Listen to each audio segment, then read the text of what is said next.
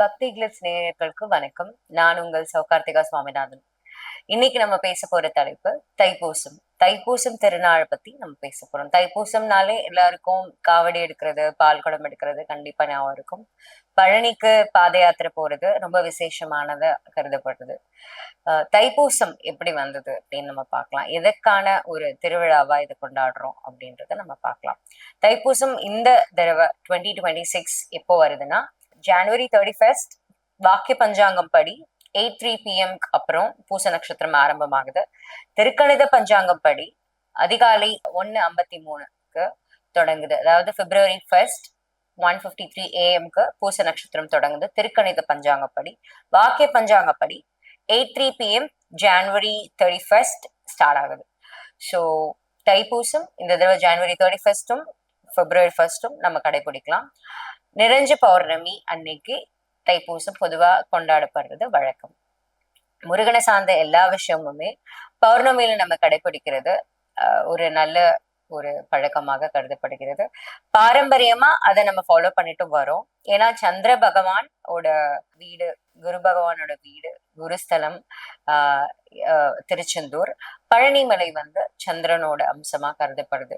So இது எல்லாத்துக்கும் ரொம்ப ஸ்பெஷல் என்னன்னா தைப்பூசத்தோட ஒரு சிக்னிபிகன்ஸ் என்ன அப்படின்னா பார்வதி தேவி சக்தி, பார்வதி தேவி அவர்கள் அவங்களோட வேலை முருகனுக்கு கொடுத்த ஒரு நன்னாளாதான் தைப்பூசம் அனுஷ்டிக்கப்படுது. அதாவது வேல் எதுக்கு கொடுத்தாங்கன்னா சூரபத்மனை சமாரம் பண்றதுக்கு முதல்ல பார்வதி தேவி வேலை வேலவனுக்கு கொடுத்த நாளா தைப்பூசம் அனுஷ்டிக்கப்படுது.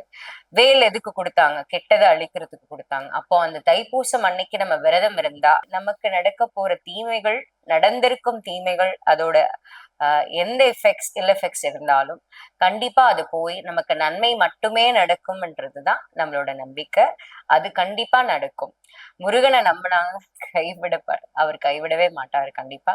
சோ தைப்பூசம் அன்னைக்கு விரதம் இருக்கிறது ரொம்ப விசேஷமானது. உடல்நிலை சரியில்லாதவங்களோ இல்ல பிரெக்னன்ட் லேடிஸ் எல்லாம் விரதம், அதாவது சாப்பாடு சாப்பிடாம இருக்கணும்ன்ற அவசியம் இல்லை. நல்லா சாப்பிட்டுட்டு முருகனை மட்டும் மனசார நினைச்சிட்டு அவங்களுக்கு சந்தனாபிஷேகம் பண்றதோ இல்ல பாலாபிஷேகம் பண்றதோ பஞ்சாமிர்தம் செஞ்சு அவருக்கு வைக்கிறது ரொம்ப விசேஷமானதா இருக்கும். வெண் பூசணிக்காய் அப்புறம் மஞ்சள் பூசணிக்காய் சாம்பார் வச்சா ரொம்ப விசேஷமானது. பொதுவாவே முருகன் கோவிலுக்கு போகும்போது மஞ்சள் கலர்ல ட்ரெஸ் போட்டு போனா முருகன் நம்மள ஸ்பெஷலா பாப்பாருன்றது ஒரு ஐதீகம். இதை எனக்கு என் குடும்பத்தை சார்ந்தவர்கள் சொல்லியிருக்காங்க. அது கண்டிப்பா ஒரு ஸ்பெஷலான விஷயம் தானே. நம்ம அதனாலதான் பழனிக்கு மாலை போடுறவங்க அவங்க எல்லாருமே மஞ்சள் உடை, நிற உடை அணியிறாங்க. நம்ம நார்மலாவே முருகன் கோவிலுக்கு போகும்போது, திருச்செந்தூருக்கு போகும்போதும் ஒரு நல்ல ஒரு மஞ்சள் நிற உடை அணிந்தா நம்ம நினைச்ச காரியம், நினைத்த காரியம் நிறைவேறும்ன்றது ஒரு நம்பிக்கை. சோ இப்ப நம்ம தைப்பூசத்துக்கு வருவோம். தைப்பூசம் காவடி எடுப்போம் இல்லையா? காவடின்றது நம்மளோட பேர்டன்ஸை கம்மி பண்ணுன்றதுதான் நம்மளோட நம்பிக்கை. காவடி நம்ம சுமைகளை இறக்கி வைக்கக்கூடியதா தான் நம்ம பாரம்பரியமா அதுக்குதான் காவடி எடுப்பாங்க. நம்மளோட மனக்குறைகள், நம்மளோட வீட்டுல உள்ளவங்களோ இல்ல நமக்கோ ஒரு நோய் தொற்று இருக்கு, நீண்ட காலமா அது சரியாகல, அப்ப அதை வேண்டி அது சரியாகிடுச்சுன்னா அந்த நம்மளோட பேர்டனை முருகனுக்கே நம்ம சமர்ப்பிக்கிறதா அவர் அதுக்கப்புறம் அதை பார்த்துப்பாருன்றது நம்மளோட நம்பிக்கை. இந்த பாரம்பரியமான வழக்கம் எப்படி வந்ததுன்னு நம்ம பார்க்கலாம். இடும்பனை பத்தி நிறைய பேத்துக்கு தெரிஞ்சிருக்கும். முருகனை பத்தி தெரிஞ்சவங்களுக்கு கண்டிப்பா இடும்பனை பத்தி தெரிஞ்சிருக்கும். பழனிக்கு அடிக்கடி போறவங்களுக்கு கண்டிப்பா இடும்பனை பத்தி தெரிஞ்சிருக்கும். ஏன்னா காவடி எடுத்துட்டு போகும்போது முதல்ல இடும்பன் கிட்ட போயிட்டுதான் திருவாவணன்குடியில, அதாவது பழனி மலையில நம்ம முருகனை போய் பார்ப்போம், தண்டாயுதபாணி அவர்களை. சோ இடும்பன் ஒரு ராட்சச கணம். சூரபத்மனோட போர் புரியும் போது முருகனோட அருள் பரிபூர்ணமா கிடைச்சு முருகனை ரொம்ப பிடிச்சு அவரோட பக்தரா மாறிட்டார். சூரபத்மனோட படையில இருந்தவர் தான் இடும்பன்.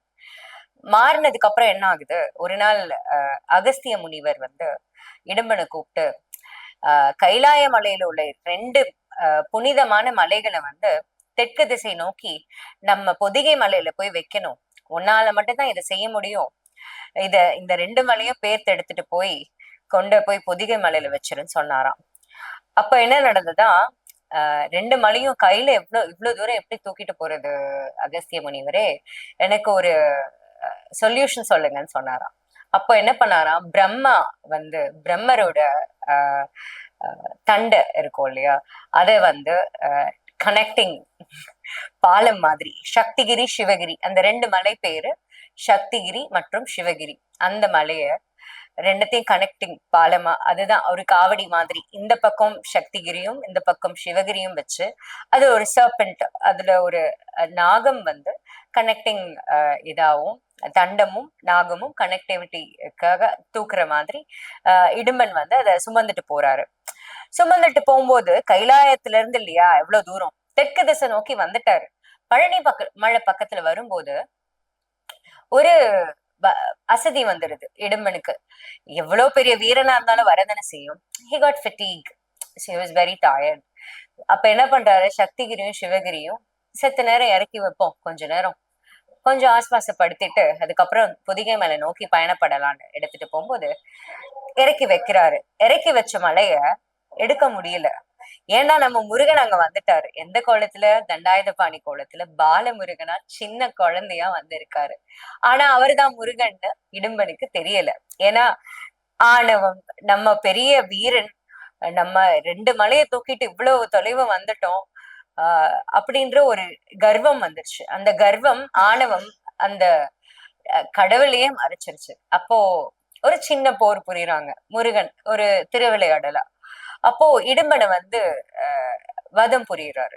அப்போ இடும்பனோட வைஃப் இடும்பியும் அகஸ்திய முனிவரும், ஐயோ இதுதான் நடந்தது முருகா, அவருக்கு ஒரு ஒரு சொல்யூஷன் கொடுங்க, அவரை திருப்பி உயிர்ப்பிச்சு கொடுங்கன்னு கேட்கும்போது அவர் இடும்பனை திருப்பி கொண்டு வர்றாரு. யாரானா துவாரக பாலகரா.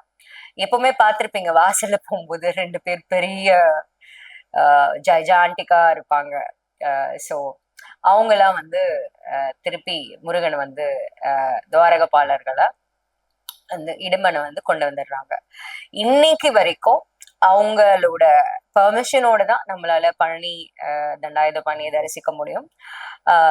அவரு பாதுகாத்துட்டு இருக்கதா, பழனி மலைய பாதுகாத்துட்டு இருக்கதா ஒரு ஐதீகம் இருக்கு.